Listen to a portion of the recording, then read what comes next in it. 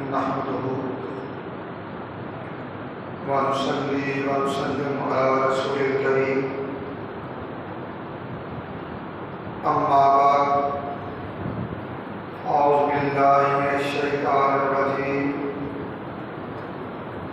بسم الله الرحمن الرحيم وقال ربكم ادعوني أستجب لكم صدق الله مولانا العظيم إن الله وملائكته يصلون على النبي يا أيها الذين آمنوا صلوا عليه وسلموا تسليما درود پاک بآواز میں پڑھیں الصلاۃ والسلام علیک یا سیدی یا رسول اللہ وعلی آلک واصحابک یا سیدی یا حبیب اللہ الصلاۃ والسلام علیک یا سیدی یا ختم المرسلین وعلى آلك وأصحابك يا سيدي يا رحمة للعالمين. اللہ رب العزت کی حمد و ثنا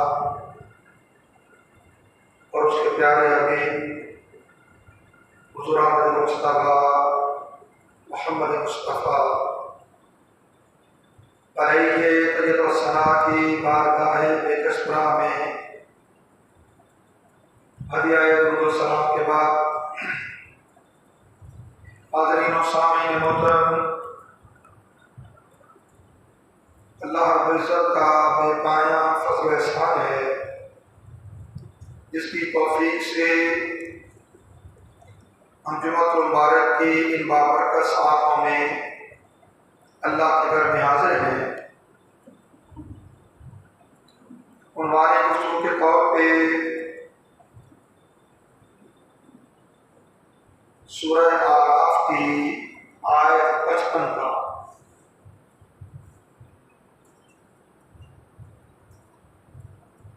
سورہ اسراء غافر آیت 7 کا کچھ حصہ تلاوت کرنے کا شرف حاصل کیا، جس میں اللہ رب العزت نے ارشاد فرمایا وقال ربکم، اور حبیب صلی اللہ علیہ وسلم آپ کا رب فرماتا ہے ادعونی، مجھے پکارو، مجھ سے دعا کرو، استجب لکم، میں تمہاری دعاؤں کو قبول کروں گا،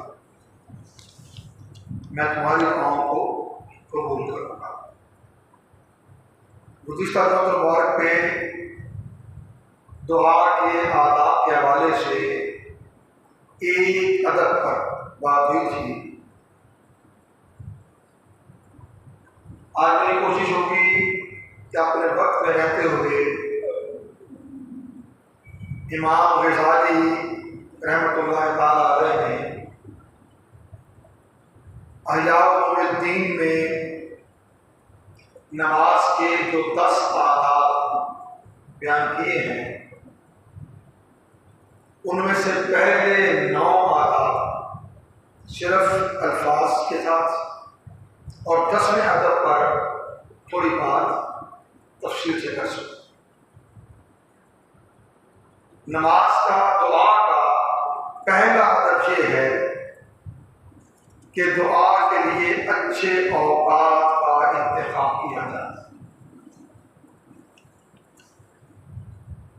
دعا کے لیے اچھے اوقات کا انتخاب کیا جائے، اور ان اوقات میں رات کا آخری پہر، وہ انتہائی مقبول گھڑی ہے۔ پھر وہ مختلف راتیں اور دن اس طرف نہیں جاتا۔ دوسرا ادب یہ ہے کہ اچھے حالات کو غنیمت سمجھا جائے،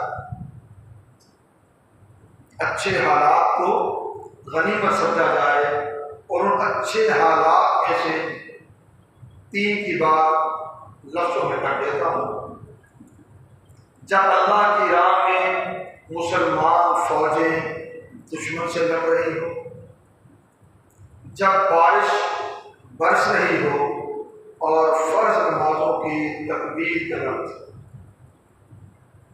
آذان سے اقامت کے درمیان کا وقت اور فرض نمازوں کے بعد کا وقت، ان اوقات کو غنیمت سمجھا جائے۔ دعا کے لیے اپنا رخ قبلہ کی طرف کیا جائے، یہ بھی دعا کا ادب ہے۔ اس کے بعد دعا کے آخر میں ہاتھوں کو منہ پر پھیرا جائے، یہ بھی دعا کا ادب ہے۔ اور دعا کرتے ہوئے آسمان کی طرف نہ دیکھا جائے، یہ بھی دعا کا ادب ہے۔ دعا کرتے ہوئے آواز میں اعتدال، نہ بہت آہستہ نہ بہت بلند۔ اگر تنہائی میں دعا کی جا رہی ہے تو آہستہ کی جائے۔ 5واں ادب ہے کہ دعا میں قافیے نہ ملائے جائیں۔ دعا میں جیسے شعر ہے تو قافیہ ردیف کو ملا کے ایک ردم بنایا جاتا ہے، کسی نعت کا، کسی غزل کا، کسی نظم کا، تو وہ قافیہ ردیف رعایت سدا اس کا خیال نہ کیا جائے، بلکہ صدق دل سے جو الفاظ، جو جستجو ہو، پورے احساسات کے ساتھ اپنے رب کے حضور پیش کی جائے۔ زبان کوئی بھی ہو، زبان کی کوئی پابندی نہیں ہے۔ پھر اس کے بعد دعا مانگتے ہوئے انکساری، خشوع، رغبت اور خوف، ان احساسات کو دعا کرنے والا اپنے اندر جمع کرے۔ 7واں ادب ہے مضبوط عقیدے اور ایمان کے ساتھ دعا کی جائے کہ جو دعا کر رہا ہوں یہ قبول ہو۔ جتنا کامل یقین دعا کی قبولیت کا ہوگا، اتنا دعا کا ادب زیادہ بہتر ہوگا۔ اور جب اللہ سے ہی دعا مانگنا ہے تو اللہ سے بہتر عطا کرنے والی کون سی ذات ہے؟ تو کامل یقین سے مانگا جائے، نہ کہ بے توجہی، پتہ نہیں قبول ہونے کی نہیں ہونی، اس طرح سے۔ دعا کا 8واں ادب ہے کہ دعا کے کلمات کو بار بار دہرایا جائے۔ جو کچھ مانگ رہے ہیں مالک سے بار بار عرض کی جائے۔ رسول کریم صلی اللہ علیہ وسلم 3 بار دعا کے کلمات کو اللہ کے حضور دہرایا کرتے تھے۔ دعا کا 9واں ادب ہے کہ دعا کرنے سے پہلے اللہ کا ذکر کیا جائے، اس کے رحمان و رحیم ہونا، اللہ کل شیء قدیر ہونا، خالق و مالک ہونا، رب العالمین ہونا، ستار و غفار ہونا، وہ ساری چیزیں جو رب تعالیٰ کے اسماء صفات سے جن ناموں کی طرف رغبت ہو، ان ناموں کے ساتھ اپنے رب کو پہلے یاد کیا جائے اور پھر پھر دعا کی. ایک ادب یہاں عرض کر کے آخری ادب کی طرف آ رہا اور وہ ادب ہے دعا شروع کریں تو پہلے بھی درود پاک پڑھا جائے، اختتام پر بھی درود پاک پڑھا جائے. پہلے بھی درود پاک پڑھا جائے، اختتام پر بھی درود پاک پڑھا جائے. اس لیے کہ رسول کریم صلی اللہ علیہ وسلم نے فرمایا جب تم اللہ تعالیٰ سے کسی حاجت کا سوال کرو تو شروع میں مجھ پر درود پڑھو. بے شک اللہ تعالیٰ اس بات سے بزرگ ہے، اعلیٰ ہے، بزرگ کو کرتا ہے کہ اس سے دو حاجتوں کا سوال کیا جائے تو وہ ان میں سے ایک کو پورا کرے اور دوسرے کو رد کر دے. ایسا نہیں ہو سکتا. اسے قوت القلوب میں ابو مالک ابو طالب مکی رحمۃ اللہ تعالیٰ علیہ نے روایت کیا. ایک دعا، اس دعا میں جو درود کا پڑھنا ہے وہ تو جس حال میں پڑھا جائے رب تعالیٰ قبول فرماتا ہے. رب تعالیٰ قبول فرماتا ہے. جس حال میں درود پڑھے تو یہ اس کی شان کے لائق نہیں کہ وہ درود کو قبول کر لے. وہ بھی تو دعا ہے اور اس کے ساتھ جو بھی دعا کی جائے اسے رد کر دے. آخری ادب جسے 10ویں ادب کے طور پر امام غزالی نے بیان کیا ہے. آج خاص طور پر اس پہ بات کروں گا جتنی بات ہے. اور وہ چیز یہ ہے کہ جس کے لیے امام غزالی نے کہا کہ دعا کا باطنی ادب یہ ہے اور دعا کے قبول ہونے کی اصل بھی یہی ہے. دوبارہ جملہ بول رہا ہوں، دعا کا باطنی ادب بھی یہی ہے اور دعا کے قبول ہونے کی اصل بھی یہی ہے. اور وہ کیا ہے؟ توبہ کرنا اور لوگوں کے حقوق لوٹا کر. یہ اس لفظ پہ توجہ کیجیے. توبہ کرنا اور لوگوں کے حقوق لوٹا کر تمام توجہ سے اللہ تعالیٰ کی طرف رجوع کرنا. توبہ کا لفظ تو سمجھ آتے ہیں. لوگوں کے حقوق لوٹا کر اپنی زندگی میں کوئی رشتہ دار ہے، بہن بھائی ہے، محلے دار ہے، کاروباری تعلق والا ہے، جس سے بھی زندگی میں ہمارا معاملہ ہوتا ہے، اگر کسی کے ساتھ کوئی ظلم و زیادتی کی ہے، کسی کا حق مارا ہے، کسی کی حق تلفی کی ہے، کسی کا استحقاق مجروح کیا ہے، کسی کے ساتھ بد اخلاقی کی ہے، بد تہذیبی کی ہے، بد کلامی کی ہے، یہ ساری چیزیں کون سی ہیں؟ کسی کا حق مارنا،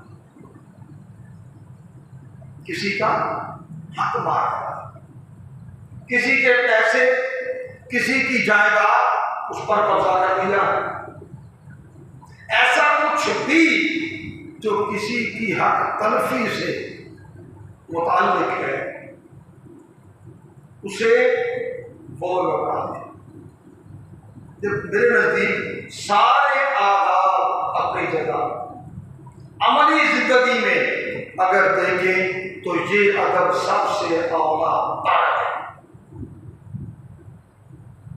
کیونکہ حق تلفی کرنے والا ظالم ہے. حق تلفی کرنے والا ظالم ہے، کسی کا حق مارنے والا ظالم ہے. اور یہ ہو نہیں سکتا کہ ظالم کو آ کر رب کو بتا کرے.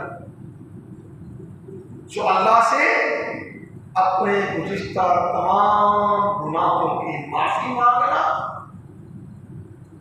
عزم مصمم کرنا کہ ان گناہوں کو دوبارہ نہیں دہراؤں گا، اور مخلوق میں جس کی حق تلفی کی ہے، جس کے ساتھ ظلم و زیادتی کی ہے، اس کا حق اس کو لوٹا دے، اس کا حق لوٹا کر پھر اللہ کی طرف رجوع کریں، پھر اللہ سے مانگیں،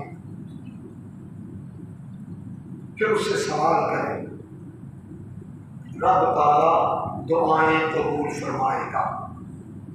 اب اس پر میں چند مثالیں عرض کرنا چاہوں گا اپنے وقت میں رہتے ہوئے جو بات ہو سکی۔ حضرت کعب الاحبار رضی اللہ تعالیٰ فرماتے ہیں کہ حضرت موسیٰ علیہ السلام کے دور میں قحط پڑ گیا، لوگ سخت قحط میں مبتلا ہو گئے۔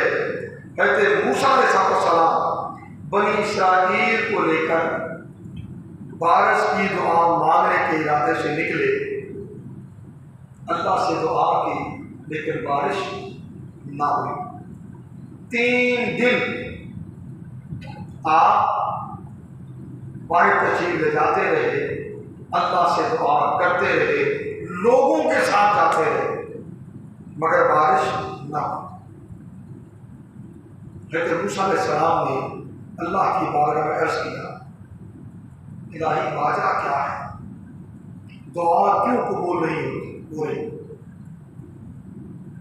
امام غزالی لکھتے ہیں اللہ تعالیٰ نے موسیٰ علیہ السلام کی طرف وحی فرمائی اور ارشاد فرمایا، میں تمہاری اور تمہارے ساتھیوں کی دعا قبول نہیں کروں گا کیونکہ تمہارے درمیان چغل خور ہے، تمہارے درمیان چغل خور ہے۔ عرض کیا، اے میرے رب وہ کون ہے؟ اس کی نشاندہی فرما دے تاکہ ہم اسے اپنے درمیان سے نکال دیں۔ اللہ تعالیٰ نے وحی کی، اے موسیٰ میں تم لوگوں کو چغلی سے منع کرتا ہوں، تو کیا اب خود چغل خور بن جاؤ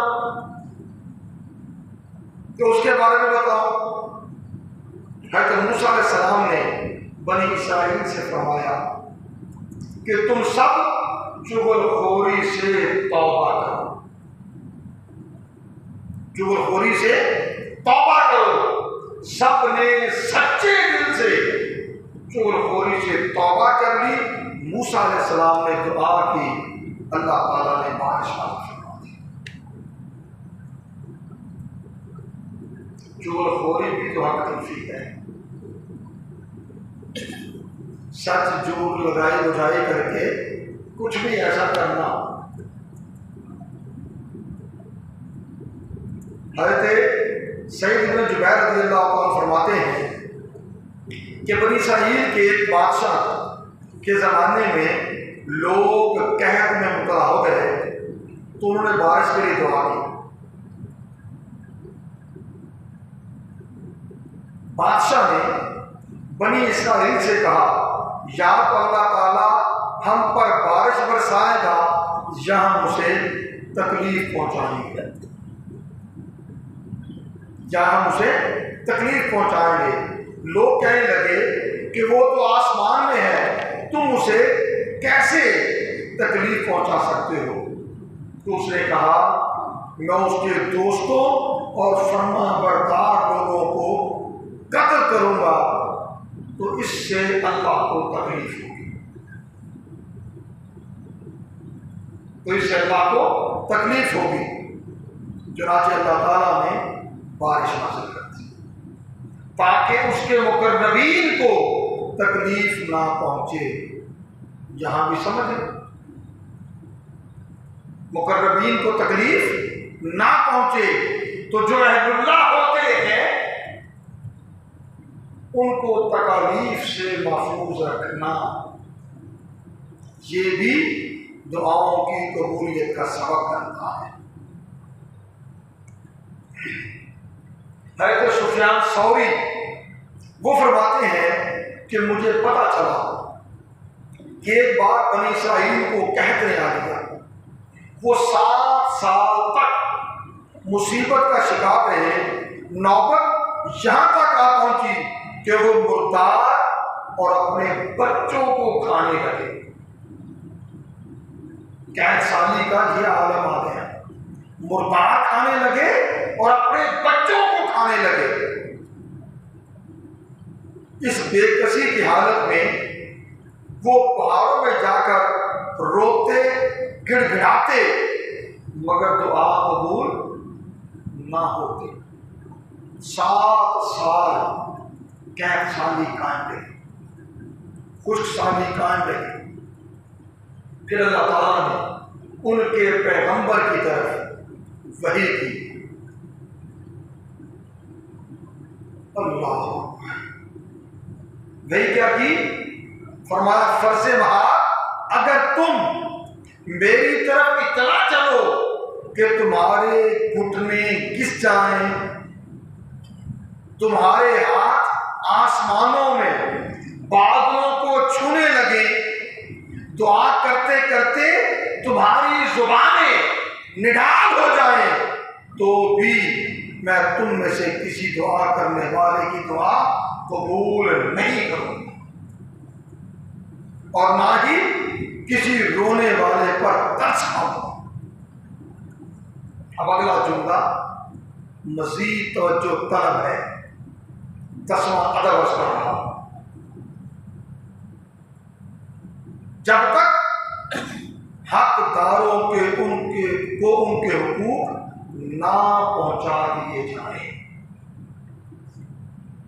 جب تک حقداروں کو ان کے حقوق نہ پہنچا دیے جائیں، تمہارا پہاڑوں پہ جا جا کر دعائیں کرنا، تمہارے ہاتھوں کا آسمانوں کی بلندیوں کو چھو کر دعائیں کرنا، تمہاری زبانوں کا دعا مانگتے مانگتے نڈال ہو جانا، یہ سارا کچھ اپنی جگہ، مگر تمہاری دعا قبول نہیں کروں گا جب تک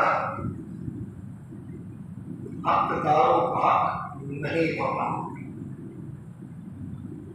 اب آخری بات کرنے جا رہا ہوں۔ حضرت مالک بن دینار وہ فرماتے ہیں کہ بنی اسرائیل پر قحط پڑ گیا، وہ کئی بار بارش کے لیے باہر نکلے مگر بارش نہ ہوئی۔ اللہ تعالیٰ نے اس دور کے نبی کی طرف وحی فرمایا، اور وحی کیا تھی؟ آپ ان سے کہہ دیں کہ تم میری طرف ناپاک بدنوں سے نکلتے ہو اور وہی گندے ہاتھ میرے سامنے پھیلاتے ہو جن کے ساتھ تم نے ناحق قتل کیے اور اپنے پیٹ کو حرام سے بھرتے ہو۔ مجھے تم پر بہت غصہ ہے، دوری کے سوا تمہیں مجھ سے کچھ نہیں ملے گا، دوری کے ساتھ تمہیں مجھ سے کچھ نہیں ملے گا۔ اب اگلی بات کیا ہے؟ تا وقتے کہ تم توبہ نہ کرو اور جن جن کی حق تلفی کی ہے ان حقداروں کو ان کا حق نہ ہوگا، تمہاری دعا قبول نہیں ہوگی۔ اب اگلے جملے میں آپ کے لیے صرف یہ عرض کرنے جا رہا ہوں، ہمارا معاشرہ جس ڈگر پر چل رہا ہے، نیچے سے اوپر تک، نیچے سے اوپر تک، ہم آپ ہمارے حکمران بتائیں حقدار کو اس کا حق دینا ہمارے مزاج میں پایا جاتا ہے، یا جہاں دار لگے لگاؤ؟ ایسا مزاج ہے کہ جہاں دار لگے لگاؤ؟ جس کی حق تلفی ہوتی ہے وہ شانوں کی، کوئی جیتا جیے مرتا مرے شانوں کی، ظلم ہوتا رہے شانوں کی، وہ مرا ہے اس پر ظلم ہوا ہے، اس وہ قید ہوا ہے، ان کی ساتھ یہ کچھ ہو رہا ہے شانوں کی۔ ایسا ہے کہ نہیں ہے؟ دعائیں کیسے قبول؟ امام غزالی رحمۃ اللہ تعالیٰ نے کیا فرمایا؟ دعا کا باطنی ادب یہ ہے حقداروں کو حق لوٹاؤ، جو جس چیز کا حقدار ہے اسے اس کا حق دو۔ اس کا تعلق ادب و احترام سے ہے، مالی لین دین سے ہے، معاشرتی درجہ بندیوں سے ہے، رشتہ داری کے حقوق کی ادائیگی سے ہے۔ الغرض جو تعلق ہمارا آپ کا معاشرے میں ایک دوسرے سے ہے، اس حق کو لوٹانا شروع کر دیں، دعائیں قبول ہوں گی۔ امام غزالی کہتے ہیں دعا کی قبولیت کی اصل یہ ہے، دعا کی قبولیت کی اصل یہ ہے کہ حقداروں کو اس کا حق دو، پھر اللہ سے دعا کرو، دعائیں قبول ہوں گی۔ آج دعائیں قبول کیوں نہیں ہوتی؟ ہمارے رویے انفرادی سے لے کر اجتماعی تک، ادنا درجے سے لے کر اعلیٰ درجے تک حکمران ہیں، وہ جس جس سطح کے ہیں، ادارے ہیں جس جس سطح کے ہیں، ایک یونین کونسل سے لے کر وفاقی اداروں تک۔ آپ کیا سمجھتے ہیں حقداروں کو مان دیا جا رہا ہے؟ دعائیں کیسے قبول ہو؟ ابتلا، مشکلات، مصیبتیں، مہنگائی کے طوفان، قرضے کے طوفان اور وہ سب کچھ جو ہمارے معاشرے میں در آیا ہے، کیا وہ ایسا ہے کہ اللہ کی بارگاہ میں دعا کریں تو دعا قبول ہو جائے؟ جبکہ ہم بھی اسی کا حصہ بنے۔ بس یہ چیز بھی آج کے لیے جان لیں، جس کا کسی کا حق مارا ہے، حقوق کو لوٹائیں، رب تعالیٰ کے حضور توبہ کریں، التجا کریں۔ جو ہماری انفرادی زندگی ہے اس میں تو ہم اپنی ذمہ داری پوری کریں نا، کوئی اجتماعی سطح کی نہ صحیح انفرادی سطح کی دعائیں قبول ہو جائیں۔ اللہ پاک ہماری دعاؤں کو اپنی بارگاہ میں شرف قبولیت عطا فرمائے اور ہمیں اس قابل بنائے کہ اس کی بارگاہ میں ہاتھ اٹھائیں تو خالی ہاتھ واپس نہ پلٹیں۔ وہ عطا کرنے والا ہے، ہم نے مانگنے کا ادب، مانگنے کا سلیقہ نہیں۔ وما علینا الا البلاغ۔